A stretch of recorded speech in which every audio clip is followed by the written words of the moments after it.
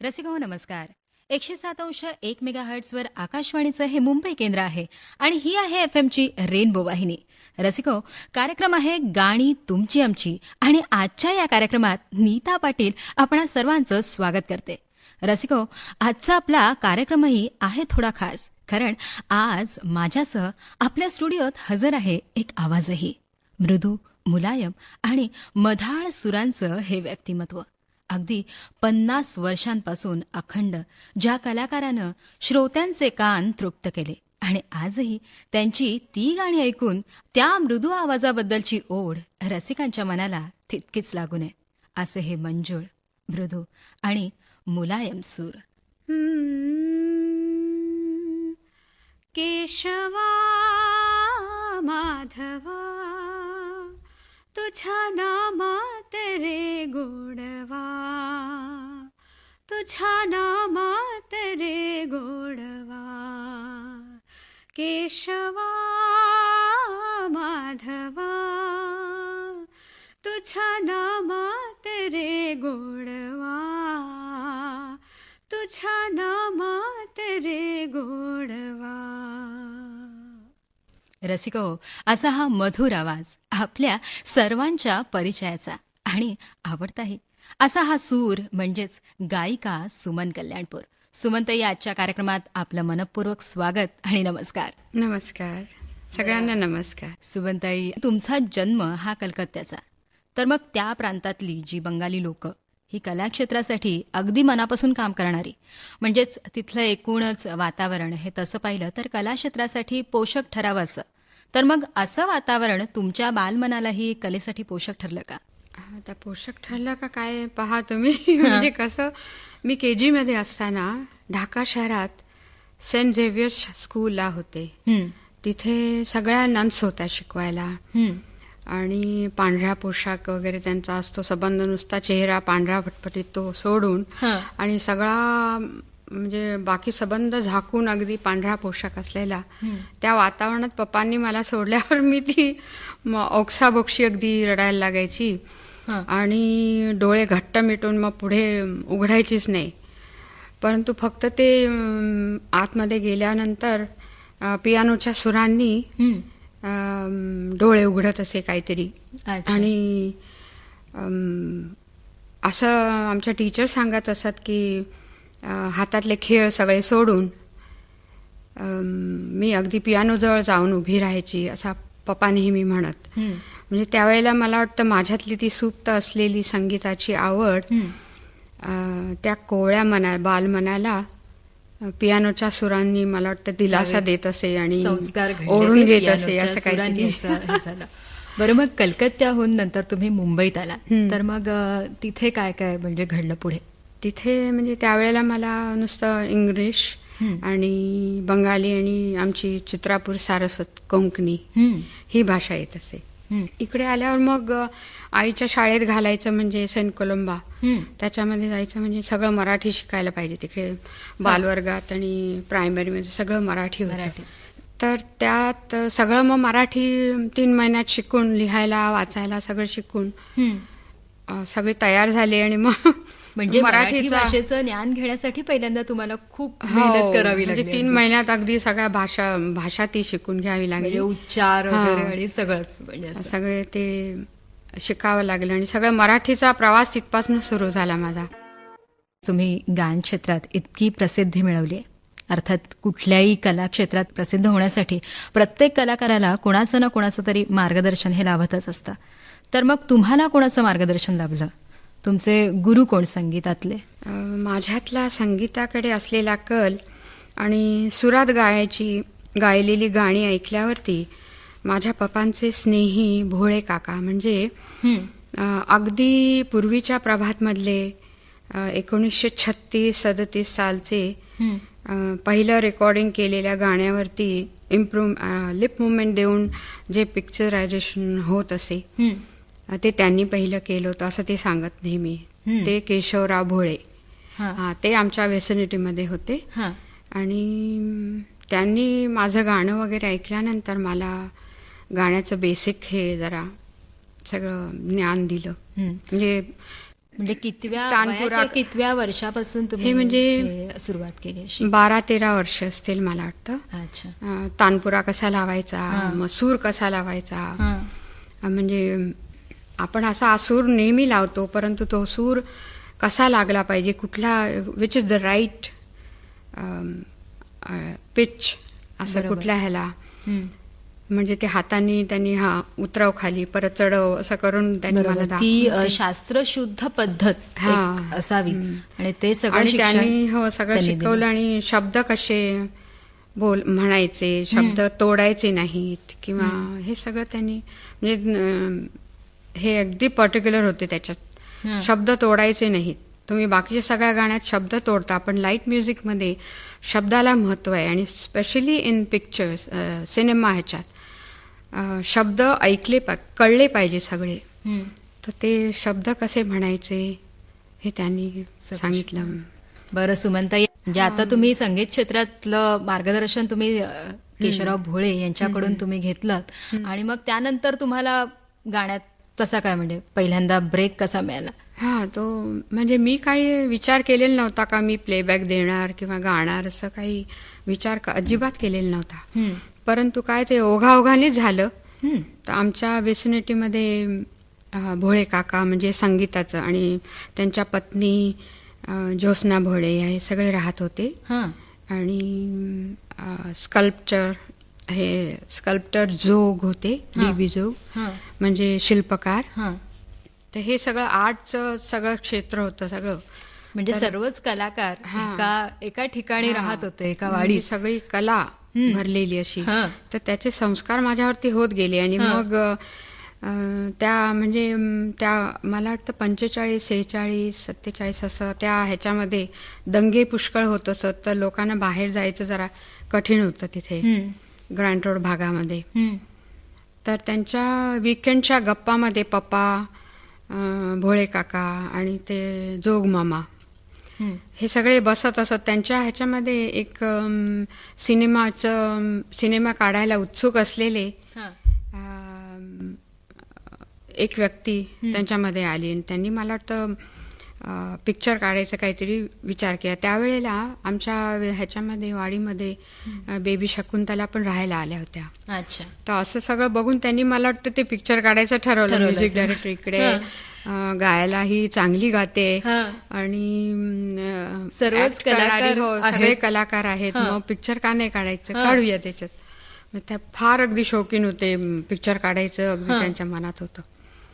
तर त्यांनी ते मग विचारलं, भोळे काकांनी नाकारलं. हे त्या वयामध्ये त्यांनी म्युझिक द्यायचं नाकारलं. मग मी त्यावेळेला लाईट म्युझिकचा क्लास जॉईन केला होता.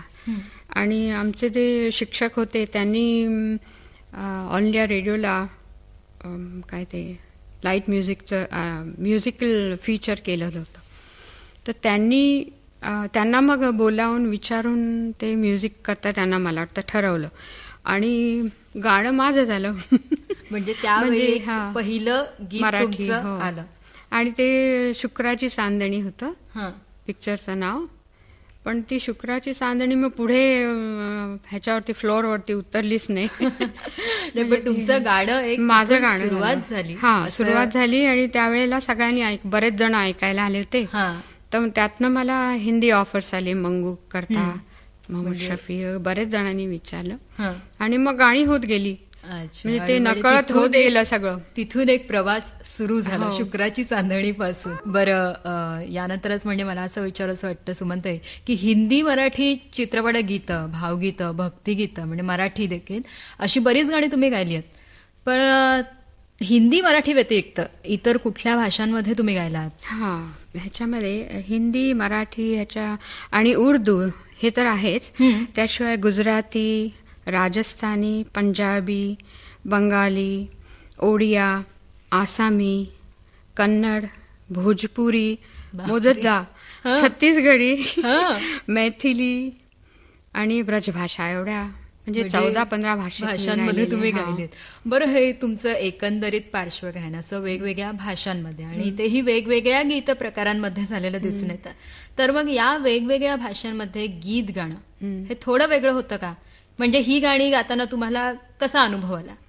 म्हणजे नाही, एकतर भाषा तर वेगळी आहेच, पण त्याचबरोबर उच्चारांचं म्हणा किंवा काय असं कसा अनुभव होता हा? नाही म्हणजे मला भाषा शिकायचा आवड अगदी होतीच. हं. तर भाषा मी विचारून घेत असे कुठलं आहे ते, तर त्याप्रमाणे ते उच्चार होत असत. आणि फक्त ट्यूनचा वेगवेगळ्या म्हणजे पद्धती असतात ना, प्रत्येक भाषामधली ट्यून्सची त्यावेळेला तर ती वेगवेगळी होती. फक्त तोच फरक असायचा. बाकी सगळी गाणी एकदा अर्थ ब्रजवासी कळल्यानंतर वगैरे तुम्ही ज्या भाषा बोललात त्या कदाचित म्हणजे आपल्या मराठी लोकांना माहीतही नसतील काही भाषा. तर मग अशा वेळी असं वाटतं की त्या गाताना तुम्हाला काही आणखीन अवघडपणा जाणवलं का, असं एक हे होतं? नाही. शांतादुर्गेच्या कृपेने हं. अगदी मला अवघड असं काही वाटलं नाही. अगदी सगळं आपोआप येत गेलं. सगळ्या भाषांमध्ये म्हणजे बंगाली ह्याच्यामध्ये मी पुष्कळ गाणी गायलेली आहेत. दरवर्षी अगदी म्हणजे 8-10 वर्ष मला वाटतं गाणी आलेली आहेत. म्हणजे 2-2 काही वेळेला पहिल्या देत असत, नंतर ते 4-4 गाणी करत असत EP वरती. अशी सगळी पुष्कळ गाणी गायलेली मी. ही सगळी प्रायव्हेट सॉंग्स आणि पिक्चरची पण गायलेली आहेत. आणि बंगाली त्यावेळेला मला लहानपणी येतच होतं, पण ते म्हणजे जरा ब्रशअप झालं बस. हां. सुमनताई, मराठीतही तुम्ही बऱ्याच म्हणजे इतर ज्या भाषांमध्ये तुम्ही सांगितलं त्याचप्रमाणे मराठीतही तुम्ही बऱ्याच चित्रपटांमध्ये गाणी गायली आहेत. म्हणजे मानिनी मधलं अरे संसार संसार, अन्नपूर्णा मधलं तुझ्या कांती सम, किंवा कशी करू स्वागता, संसार मंदिर, या अशी बरीच. तर मग यातलं तुमचं आवडतं गीत कोणतं? नाही, अशी तर बरीच गाणी आहेत अगदी. कारण ती बरीच आहेत आणि म्हणूनच कदाचित सांगणं तुम्हाला अवघड होत हा, असेल. इथे सांगणं कठीण होणार. पण आता कोणाला मला वाटतं माहीत नसलेली मी काही सांगते, कदाचित माहीत असतील सुद्धा. आनंदमणी, हा, माहीना, ऐकत असतात तुमची गाणी. आणि रायगडचा राजबंदी हे पिक्चरचं नाव आहे आणि त्यातलं गाणं आहे आनंदमणी माईना. आणि ये मराठीची आहे नगरी हे वि शांतारामचं पिक्चर आहे. तुझ्या बोटाला हे कृष्णाचं काहीतरी सुभद्रा म्हणते का काहीतरी असं गाणं आहे ते. अच्छा. आणि रात्र वादळी काळोखाची हे पिक्चरचं नाव आहे. ह्यातलं का मोगरा फुलेना आणि म्युझिक राम कदमने अतिशय सुंदर दिलेले. फार आवडतं मला ते गाणं अगदी. आणि मग कुंकवाचा करंडा ह्या पिक्चर मधलं संसार मंदिरी या. नंतर काळी बायको मधलं या नव्या सुखाला काय म्हणू, हे मी आता 97 मध्ये म्हटलेले परत. आता 97 मध्ये मी परत काही गाणी म्हटली मराठीत, म्हणजे 10-12 काहीतरी गाणी म्हटली आणि पिक्चर मधली. नंतर प्रायव्हेट सॉंग सुद्धा म्हटली सगळी. त्याच्यात हे गाणं आहे. आणि मग घर हीच राजधानी हे एक गाणं बोलकी बाहुली मधलं चित्रपटातलं. नंदिनी मधलं गाणं रचिल्या कुणी या प्रेमकथा. पण मग या सर्व गाण्यांचं तुम्ही जे आता सांगत आहेत, तर मग त्या गाण्यांचं कुठलं वैशिष्ट्य आहे म्हणून तुम्हाला ती आवडतात असं काही? नाही, ह्यांचं काय, ह्याचे शब्द मला हे म्हणजे कसं आहेत, शब्द अतिशय छान आहेत, फॅमिली ओरिएंटेड आहेत आणि ट्यून्स सुद्धा अतिशय छान आहेत. मराठी चित्रपटांव्यतिरिक्तच तुम्ही मराठी भावगीतांच्या क्षेत्रातही तुमची कारकीर्द तशी बरीच मोठी आहे. म्हणजे तुम्ही बऱ्याच ज्येष्ठ संगीतकारांच्या, आपण संगीतकारांबद्दल आपण बोललोच आता, तर त्यांच्या देखील अनेक रचना तुम्ही गायला आहातच. तर मग तो अनुभव कसा होता? म्हणजे तुम्ही वसंत प्रभू, दत्ता डावजेकर, सुधीर फडके, श्रीनिवास खळे, अशोक पत्की, राम कदम, यशवंत देव, वसंत पवार, दशरथ पुजारी, विश्वनाथ मोरे, कमलाकर भागवत, प्रभाकर जोग, तेव्हा अशा ज्येष्ठ संगीतकारांच्या अनेक रचना तुम्ही गायल्या. तर मग त्यांच्याबरोबरचा अनुभव? हा, अशोक पत्की आमच्याकडे हार्मोनियम वाजवायला पहिल्यांदा आले होते. ते 1965 आणि 66 मध्ये. तेव्हा माझ्या सगळ्याच प्रोग्राममध्ये ते वाजवायला लागली. मला वाटतं आमच्या अब्रॉड केलेल्या सगळ्या 42 प्रोग्राममध्ये त्यांनी वाजवलेले. आणि हिंदुस्थानामध्ये आम्ही 20-25 नाही जास्त केलेले आहेत, त्यातही त्यांनीच वाजवलेलं आहे सगळं. आणि त्याच्यामध्ये काय होतं, म्युझिकमध्ये लांबलचक गाण्यांमध्ये असायचं मधलं म्युझिक ना, इंटरव्हल म्युझिक. तर ते मी काही वेळेला त्यांना बदलायला सांगत असे काही गाण्यांचं. म्हणजे वाद्य कमी पडायची ना, त्यामुळे ते बदलायला सांगत असे. म्हणजे हार्मोनियम बाकीच्या आमच्याजवळ जे वाद्य होती त्याप्रमाणे मी वाजवायला त्यांना बदलायला सांगत असे. ते फारच छान कंपोज करत असत. तर काही वर्षांनी काय झालं, ते आम्ही त्यांना सांगितलं, तुम्ही एवढं चांगलं कंपोज करता, मग गाणी का नाही करत, गाणी करून बघा, म्हणजे मी विषय देते तुम्हाला. आणि नंतर मग त्यांच्याबरोबर आमच्या सेक्रेटरी होते, बर्वे म्हणून होते, त्यांचे मित्र अशोक परांजपे, हे कवी पण होते आणि आर्टिस्ट पण आहेत.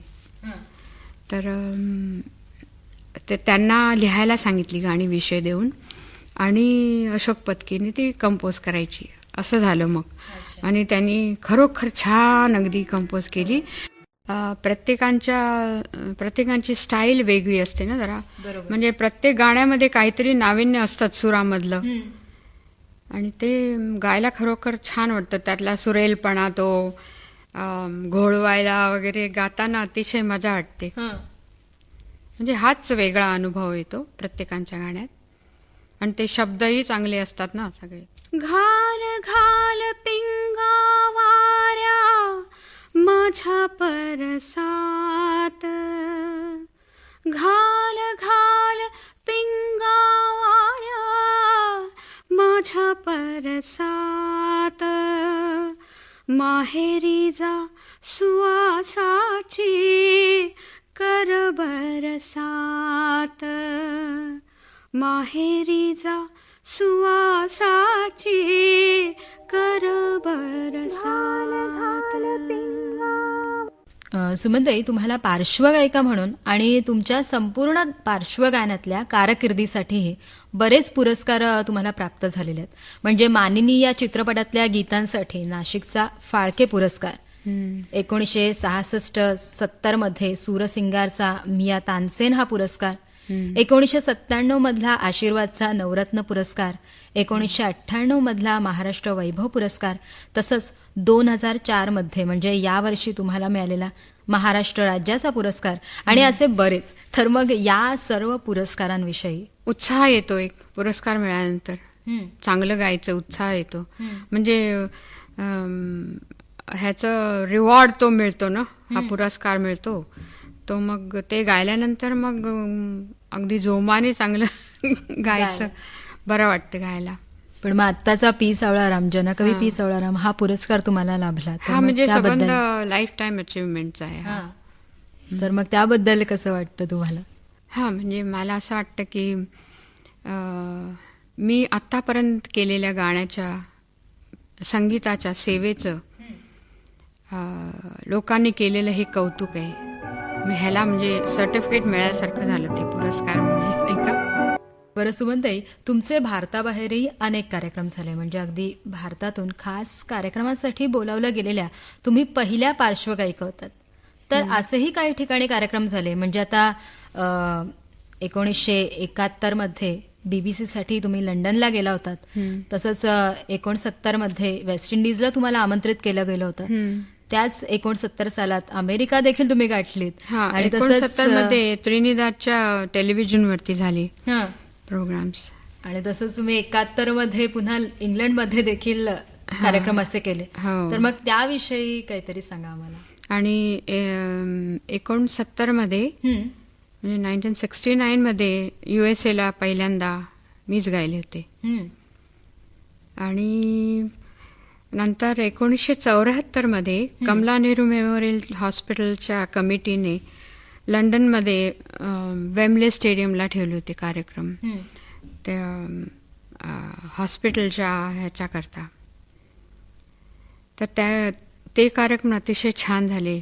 तो एवढा मोठा स्टेज अगदी, म्हणजे त्याच्यावरती कोणाचे, त्या स्टेजवरती आपले इंडियन आर्टिस्टचे एवढे प्रोग्राम झालेले नव्हते. तर I was the first female playback artist to perform on that stage. It was a lovely experience. मला वाटतं हा एक्सपिरियन्स तुम्हाला देखील, म्हणजे हा अनुभव खरंच तुम्हाला आठवणीत ठेवणारा होता असा. बरं सुमनताई, कॉन्सर्ट्स देखील तुमचे खूप झाले. कॉन्सर्ट्स. तर मग त्या कॉन्सर्ट्स बद्दल काही आठवणी आहेत का? हो ना, कॉन्सर्ट एकदा काय झालं होतं, हं. ते 69 मध्ये आम्ही जेव्हा पहिल्यांदा गेलो, ते that was I think July 69 and 19th July for I think India and 20th July for USA, असं काहीतरी होतं ते डेट. तर त्यावेळेला चंद्रावरती त्यांचं व्यान जाणार होतं. हा, त्या रात्री माझे प्रोग्राम होते तिकडे. आणि मला वाटत होतं की आता प्रोग्राम्स हे कॅन्सल होतील आणि ते डायरेक्ट हे दाखवतात ते बघूया टीव्हीवरती. पण परंतु पब्लिक म्हणजे एवढं हे, त्यांना म्हणजे गाणं ऐकायचं. ते म्हणतात नाही आम्हाला गाणं ऐकायचं. आणि काय झालं, त्याचे टेक्निशियन्स नव्हते आले त्या हॉलचे. Those were Americans. तर ते आलेले नव्हते. तर आमच्या इंडियन म्हणजे आपल्या श्रोत्यांच्या लकला आपले इंडियन कोणतरी तिकडे हजर होते. त्यांनी ते माईक वगैरे लावून सगळं ऍडजस्ट करून तिकडे, म्हणजे नेहमी 1.5 तास अमेरिकेमध्ये प्रोग्राम असतो, फक्त 1.5 तास, त्याच्यावरती नसतो. तर हा 2-2.5 तास चालला प्रोग्राम. आणि ते गाण्यावरती गाणी असं होऊन लांबत गेला. असा एक कार्यक्रम. आणि ते म्हणाले काय रात्रभर ते परत दाखवणार, तुम्हाला बघायला मिळणार नंतर. ते आम्हाला बघायला मिळू. सुरेल प्रवास त्यावेळी घडला ज्यावेळी मनुष्याचं पहिलं पाऊल चंद्रावर पडणार होतं. आणि हे सर्व घडलं 19 जुलैला. हो, बरोबर. अगदी चांगला दिवस होता. आणि अर्थातच तुमचे श्रोते तिथे जमा झालेले, याचाच अर्थ काय तर तुमचं गाणं सर्वांनाच आवडतं. कारण हे प्रोग्राम ठरलेला 6 महिने अगोदर ना. त्यावेळेला त्यांनी डेट अनाऊन्स केलेली नव्हती. म्हणजे ते लोक तिकडे हॉल बुक करतात, सगळं करून बुक केल्यानंतर मग ते कॅन्सलेशन होत नाही. त्यामुळे ते कुडंट पोस्टपोन इट. पण तो कार्यक्रम झाला. सुमनताई, एक काळ असा होता की त्यावेळी आपले रसिक श्रोते अगदी आतुरतेने नव्या गीतांची वाट पाहायचे. आणि त्यातही गायक, संगीतकार किंवा गायिका आणि संगीतकार अशा वेगवेगळ्या जोड्या त्यांनी प्रसिद्ध केलेल्या होत्या. त्यामुळे त्यांच्या म्हणजे अर्थातच त्यांच्या गीतांमुळे. आणि या जोड्या अगदी प्रसिद्धही झाल्या होत्या. तर मग याच कित्येक जोड्यांमध्ये एक जोडी अशीही होती, ती म्हणजे सुमन कल्याणपूर आणि दशरथ पुजारी. अर्थात संगीतकार दशरथ पुजारींबरोबर तुम्ही बरीच गीतं गायला आहात. तर मग त्यांच्याबद्दलचा अनुभव कसा होता? नाही, हे काय झालं, HMVने जेव्हा गाणी दशरथ पुजारींचं गाणं केलं, म्हणजे ते नेहमी तिकडे येत असत आणि ही वॉज अवेलेबल ऍक्च्युली. म्हणजे त्यांना शोधायला जावं लागत नसे आणि त्यांची गाणी तयार असत त्यांच्याकडे. तर त्या ह्याच्यामुळे मला पहिल्यांदा त्यांचं गाणं मिळालं. आणि मी पहिल्यांदा मला अगदी म्हणजे I was just 16 that time. त्यावेळेला मला ते गाणं मिळालं. मी काय निवडायला बसले नाही, ऐकायला वगैरे. ते त्यांनी जी गाणी आणली ती पहिली 4 अशी म्हणून टाकली. म्हणजे पहिल्यांदा 2 झाली, मग दुसऱ्या वर्षी 2 झाली. त्याच्यानंतर वसंत प्रभूंची पण मी म्हटलेली आहेत, मग सुधीर फडकेंची पण म्हटलेली आहेत.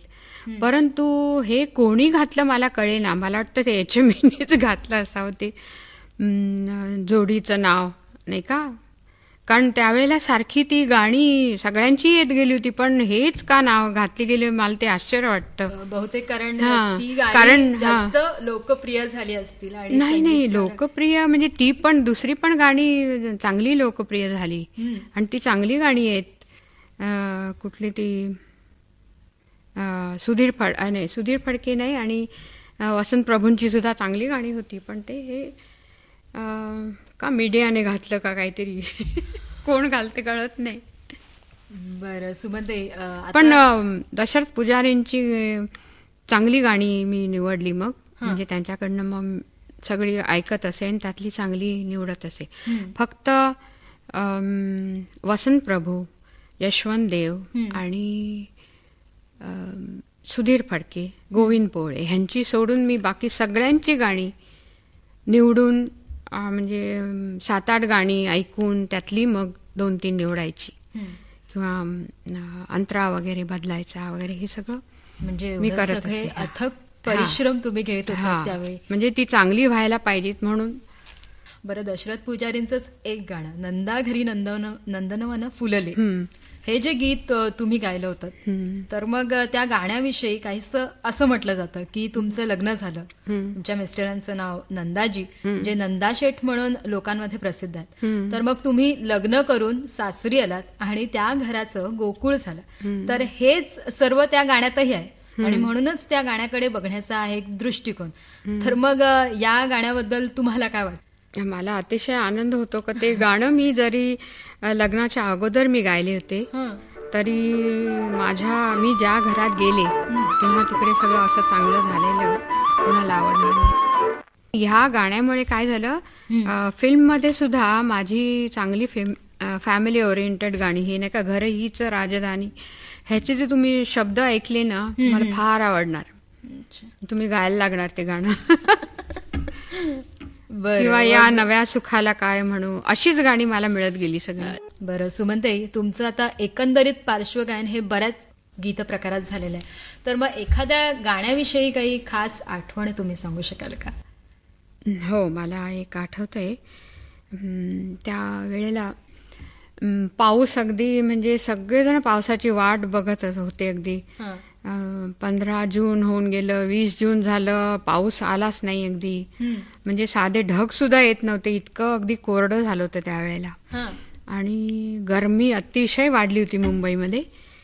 तर त्यावेळेला काय झालं, हे माझं गाणं होणार होतं आणि मी ह्या लोकांना म्हटलं का आता तुम्ही एकदम असं जूनच्या एंडला वगैरे तुम्ही कशाला ठेवतायत हे गाणं, तिकडे जाऊन पावसात मला करता येणार नाही असं मी मे महिन्यात म्हटलं होतं का ते गाणं रेकॉर्ड करणं कठीण जाणार. पण ते काय झालं, ते गाणं आम्ही आरामशीर गेलो, पोहोचलो तिकडे, सगळं झालं आणि रेकॉर्ड झालं गाणं छान. आणि सगळ्यांनी HMVतल्या त्या खिडक्या सगळ्या उघडल्या. कोण हे होते, अशोक पत्की होते, मग हरिप्रसाद चौरसिया फ्लूटला होते आणि बरेच जण होते, आचार्य होते सितारला, आणि सगळ्यांनी खिडक्या उघडल्या आणि तिकडे बाहेर पाऊस पडत होता.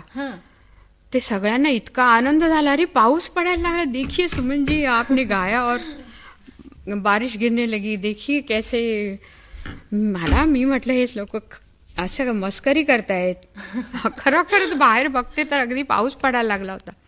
म्हणजे ही आठवण अगदी कधी ते झिम झिम झरती श्रावण धारा धरतीच्या कलशात, अगदी हे गाणं होतं. थोडीशी या गाण्याची झलक होऊ दे तुमच्याकडून. नाही बाई, अगदी थोडीशी.